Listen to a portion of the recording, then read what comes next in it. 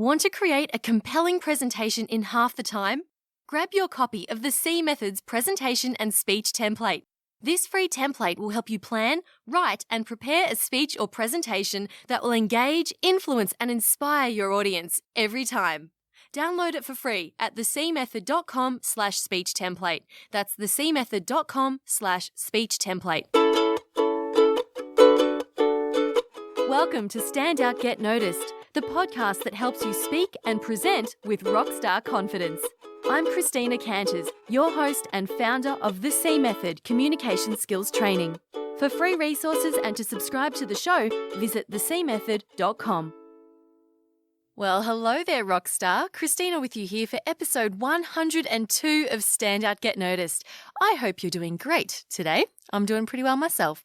This is part 4 in the public speaking mini course, and it's all about audience engagement. So you've discovered how to plan, how to write, and deliver your presentation with confidence in the last few episodes. And today we're going to look at how to really engage your audience. So how to hold their attention in order to make your speech or presentation even more effective. Now, if you haven't been listening to the last few episodes of the public speaking mini course, make sure you check out episodes 98, 99, 100 and 101. In 100 we had a little bit of a break there. So 98, 99 and 101 for the rest of that mini course. So this episode is for you if you want your audience to pay attention to every word you say and to leave the room feeling inspired by a presentation or compelled to do something. Oh, and if you want to really enjoy the experience of public speaking and to build your confidence with it too, then you may want to listen to this too. But just a warning though, some of the stuff I'll be sharing will require a bit of a leap out of your comfort zone, okay? But if you've listened to my podcast for a while, you'll know that getting out of your comfort zone is one of the best ways to accelerate your confidence and your speaking skills. That's what I believe anyway. So I challenge you to take on at least one thing that I share in this episode. Cool? Show notes will be at thecmethod.com/PS4. That's PS4 as in public speaking part 4. Now, for those of you who have been paying attention and wanting to get your hands on the Overcome Public Speaking Anxiety training course, which I've been talking about releasing over the last few weeks, make sure you listen until the end to hear when and where you can get it. Okay, let's get into the content of this week's episode. How to really engage your audience. So tell me if this has ever happened to you. You get up to speak to a group, maybe you're running a team meeting or you're presenting to a client or pitching a new idea to the executive board or even giving a Toastmasters speech, and you start to get the feeling that your audience is, well, losing interest. Maybe they start looking at their phones or doodling in their notepad, or worse, they start fidgeting, yawning, perhaps even whispering to the person next to them. And you immediately start to think, oh no, they're getting bored, I'm losing them. So feeling slightly flustered, you start to speed up. You hope that if you finish the presentation faster, they won't be as bored and you can get out of there sooner. And then this leads them to paying even less attention because they can't even keep up with what you're saying. And this is what happens when your audience is not engaged. So what does being engaging actually look like? Well, a presentation is not a one-way conversation. It's two-way. So if you feel like you're doing all the talking and getting no responses back, you probably don't have much engagement. Engagement occurs when you have people's attention and they are actively listening to what you're saying. And you can tell that people are engaged through their non-verbal communications. So you're not actually having people say stuff back to you, but if you're getting eye contact from them, if they're smiling, if they're putting their hands up, doing what you tell them to do, if they're actively participating, then that's what engagement looks like. Okay, now I'm going to share with you, I've got tends to always be 7 ways or 7 steps, 7 tips for you on how you can be better at engaging your audience. Number 1, be aware of and involve the whole space. Now, a lot of people, when they present, it's as if they're in this, 3 by 3 foot invisible square box and they don't want to look out of it. They don't want to move out of it. They keep their heads down looking at their notes. They don't, glance up. They don't look at the audience and they don't move around. They're sort of stuck in this little box. Now, if you want to engage the audience, you have to acknowledge them and pretend that you are as in, your space takes up the entire room. So the way you can do this is to look out to the back of the room, scan the whole audience, and move around. Feel comfortable enough to take up space. Okay, so get out of that box. Behind the lectern is the worst place that you can stand because there's a physical barrier there between you and the audience. So if you can, move out of the lectern, move around the stage, okay? And then when you gesture nice and big as if you want to take up the entire room. And this is how you involve the audience through your non-verbal communication. It doesn't matter what you're saying, but if you're doing this with your body and moving around, then that will already increase the engagement with the audience because you're acknowledging and involving the entire space, okay? And I know this can be difficult because it's like you're exposing yourself on all sides, which we're terrified of usually, which is why people stand behind the lectern because it's like, oh, here's a safe barrier where people can't see me. You just need to practice getting comfortable with being exposed on all sides, which comes back to being comfortable with who you are and not minding that people are going to be looking at you, which I know takes time, but this is something that you can work towards. Number 2, be a strong leader. Now, when you're standing up there giving a speech or presentation, you're the one running the show here. I want you to think of yourself as a leader. You're leading the audience, okay? And people will follow you, i.e. they will engage with you if you lead. I just had a conversation yesterday with Sari de la Motte, who I interviewed for this podcast. You'll probably hear from her next week. And she says to act the part of a strong leader who deserves to be there. And you can show this through your nonverbals. So the way you hold yourself, the way you walk, the way you look up at the audience and say, yes, I need a volunteer, and you point nice and strong. If you show people that you believe that you deserve to be there and that you're a strong leader who's running this show, then they will be more likely to engage with you. The audience can tell if you don't have control of that situation. And the last thing you want is for the audience to then start to lead, to then start to talk or drift off and not pay attention. So you have to show them that this is your time to shine, you're a strong leader, and you're going to show them that they need to listen and how they're going to participate. Number 3, start early. One thing that I've discovered is that if you want the audience to engage with you, you've got to do it as soon as possible in your presentation so that you actually educate them that this will be an engaging presentation. Okay, so if you do, say, a 15-minute monologue and don't engage the audience at all, and then all of a sudden you try and get them to, oh, raise your hand, who's done this? Or you try to ask them a question and get a response, they're going to be sitting there going, what, wait, I thought this was a monologue and that you didn't need our participation. On the other hand, if you come out and in the very first 30 seconds you say, hey, raise your hand, who's here to learn more about this topic? Who's here to do this? Who's here to do that? All right, I want you to turn to your neighbor and tell and explain to them blah, blah, blah. If you do that at the very start, they're going to go, oh, okay, this is one of those presentations where I'm going to be expected to work and play along and join in. This isn't just a sit back and receive presentation. So I encourage you to start early, get them engaging early on, and then it'll get easier and easier throughout the presentation because they've been educated on how to do so. Number 4. Make it about the audience, not about you.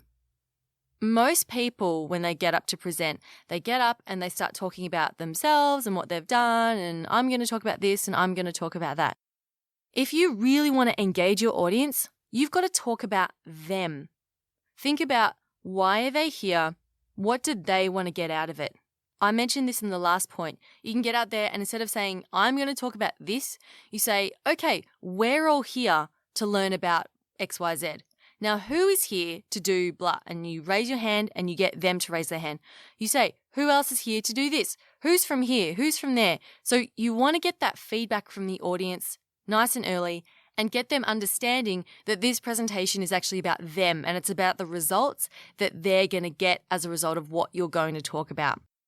I try to do this in all of my presentations and I use the rule of 3, which is you ask 3 questions And the third one is kind of funny. So the first two are normal and the third are funny. So for example, when I was emceeing the Run the World conference on Saturday, I put my hand up and I said, who's here to learn from and be inspired by all our amazing speakers? And so a bunch of people put their hands up. I then said, who's here to meet and connect with other like-minded people? A bunch of people put their hands up. And then I said, who's here for the free cupcakes? And then, of course, a bunch of people put their hands up. Now, this is a way that you can also add humor into your presentation, but it's a great way to get people engaged and energized as well at the start. So you're making it about them. So for your next presentation, I challenge you to how can you make it more about your audience? What questions can you ask? What results are they going to get that you can share with them before you've even started talking about you and what you do? Point number 5, or tip number 5, get the audience moving. Now, one reason why audiences disengage is because they've been sitting still for really, really long. And when we sit still, when we get stagnant, our brains start to get stagnant as well. And, we don't have oxygen moving around our bodies, which means we're less likely to focus and we're more likely to fall asleep. So it's for the audience's own good that you get them moving.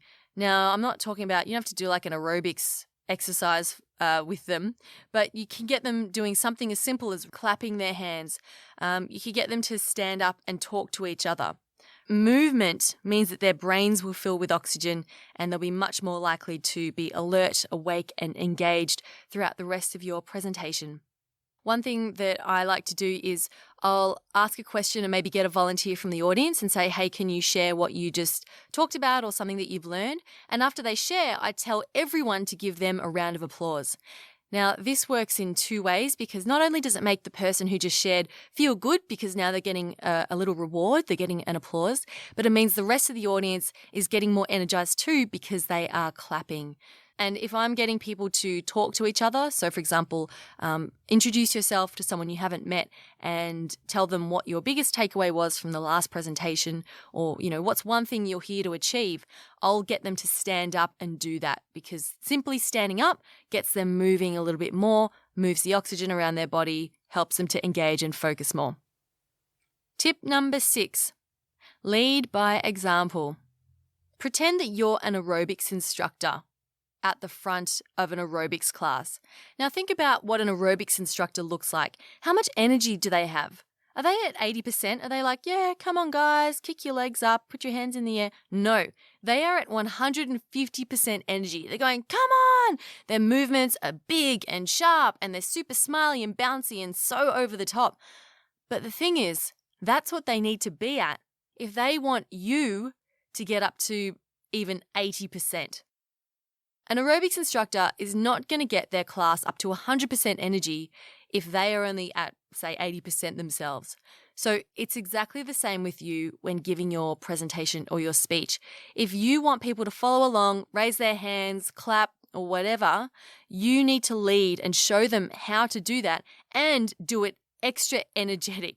And I know it feels a bit weird because that's not how you would usually act, but that's what you need to do. If you want people to raise their hand, you need to show them how to raise their hand. You say, raise your hand if this, and you got to stick your hand straight up in the air, make it nice and strong so they see what it looks like. If you go, so raise your hand if you are here to do this, and you just keep your hands down, then they're going to be like, what do you mean? Does she want us to raise our hand? Like how high? Like I can just put up a little bit here? No. You need to show them this is how you put your hand up and like stick your hand up right in the air. You're the aerobics instructor. You need to be at 150% energy. And the 7th tip, my final tip for today is, I realize I've already kind of mentioned this, but this is important. Get them talking. And especially get them talking to each other. Just because you're the one delivering the presentation doesn't mean that you have to be the one who's talking all the time. This is not a monologue. Yes, you can get responses from your audience, ask them a question and get them to share with you. But if your audience is a little bit shy, that might be difficult and you may not get any volunteers to respond to your questions. So a good way around this is to get people to talk to each other. So you say, okay, turn to the person next to you and explain to them X, Y, Z. And then if you want them to share with you, one thing that I like to do is go up to someone and say, can you tell me who's the name of your partner and what did they share? So then that person is still engaging and they're still talking, but they're not talking about themselves, which some people can get a bit funny about. Instead, they're talking about their partner and what their partner said. And I found that people are usually much more willing and open to do this. So that's a really good way to get audience engagement. And also, when you show that, oh, I'm going to come into the audience, I'm going to ask you this question, I'm going to ask what your friend shared, then they're more likely to participate because they're going to go, oh, she might ask me, she might pick me out of the audience, so I'd better pay attention to what she's saying. Okay, so those are some simple things that you can do to get more engagement from your audience. Just to quickly recap, number 1, be aware of and involve the entire space. Get out of your little box. Number 2, be a strong leader. Act the part of someone who is running the show. Number 3, start early. Engage them early. Don't wait until the end. Number 4, make it about your audience, not you. Number 5, get them moving, clapping, standing up, raising their hands. Get that oxygen flowing.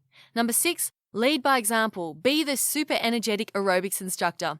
And number 7, get them talking, especially to each other. Now, you might be wondering, but Christina, what if some of them just don't engage? What if I get nothing back from some of them? What do? Do I panic? My answer is don't panic. Focus instead on the ones who do engage.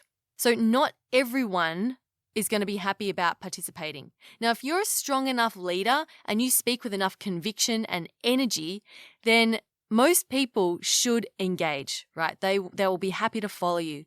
But the ones who don't, who just sit there with a stony face and decide they just want to be grumpy, that's totally fine. Don't even look at them.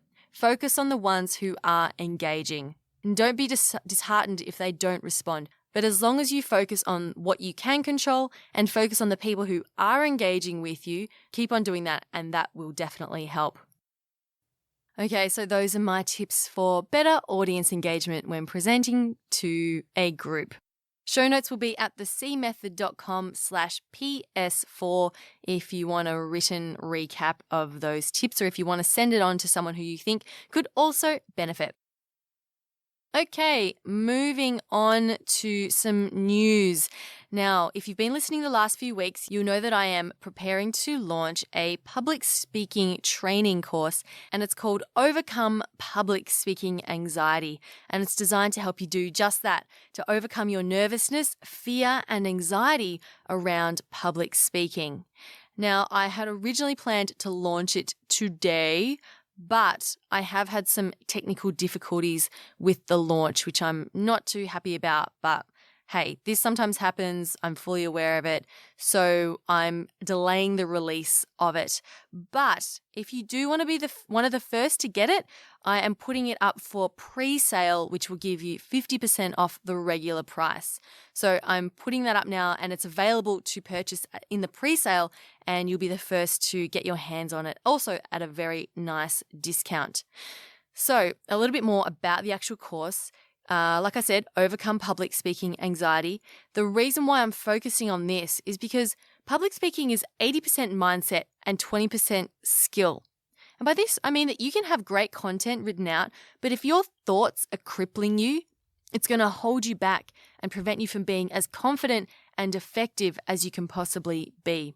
And to make it super easy and simple to follow the course, it's structured around the common crippling thoughts that I see all the time.